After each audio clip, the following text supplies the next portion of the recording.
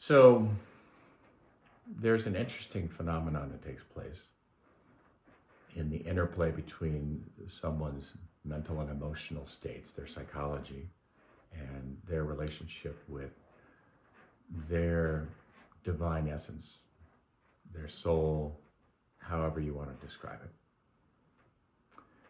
When we open up really wide to having a powerful spiritual experience, it could be when we're there for the birth of our child, or it could be out in nature. Some people, more and more people are doing journeying with medicine. They just open up their spiritual experience very wide in new ways they've never known. What can happen as a part of that is they also then get more established in love, so that the things inside of them that they have pushed away or repressed or judged, they're now not interested in doing that. They're now interested in a field of loving. So these things come up. It's almost like these things go, wow, there's love here now. There's love that's available. I want some of that. And it can be a little scary because some of those places can be pretty disturbed. They could be angry or filled with grief or vivid memories that have terror with them. So I've seen a session go where someone starts off with a tremendous pain from a trauma, and then they work with all of that with love, and then they open up their heart really wide, and they start to feel like this oneness with the universe. And then all of a sudden they'll realize, wow, I really don't know myself. I've been really hard on myself for a long time. This is new. I have a part that I'm not done with. I've got some things to tend to here because I made some interpretations that I wasn't okay. And now I know that's not true, but there's a lot of residue from a lot of that. There's a lot of shame. There was a lot of hiding. There was a sense of discouragement. There's maybe depression.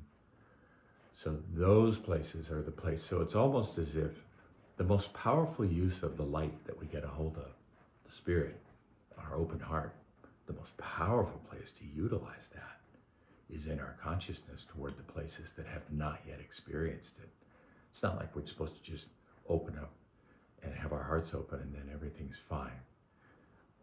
There's always a next layer that we can come into.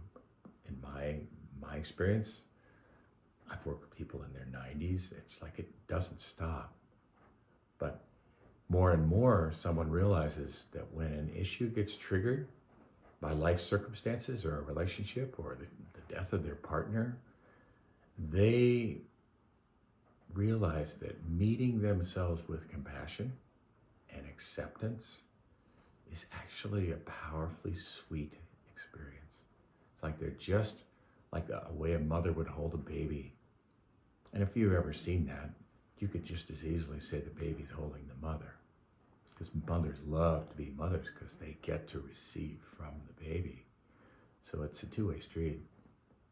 And that's what's wonderful about mature spiritual work, is it makes room for the woundedness, the vulnerability, the tenderness of being human. That's the richest spirituality that there is. It knows how to meet suffering. It knows how to hold steady. It knows how to heal. It's very sweet. So again, the key is always to just be present in the moment.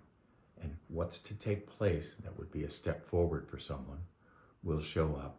So I try to offer the freest space that I can and collaborate with them in discovering what's unfolding here, what's being asked for here. Those are my thoughts.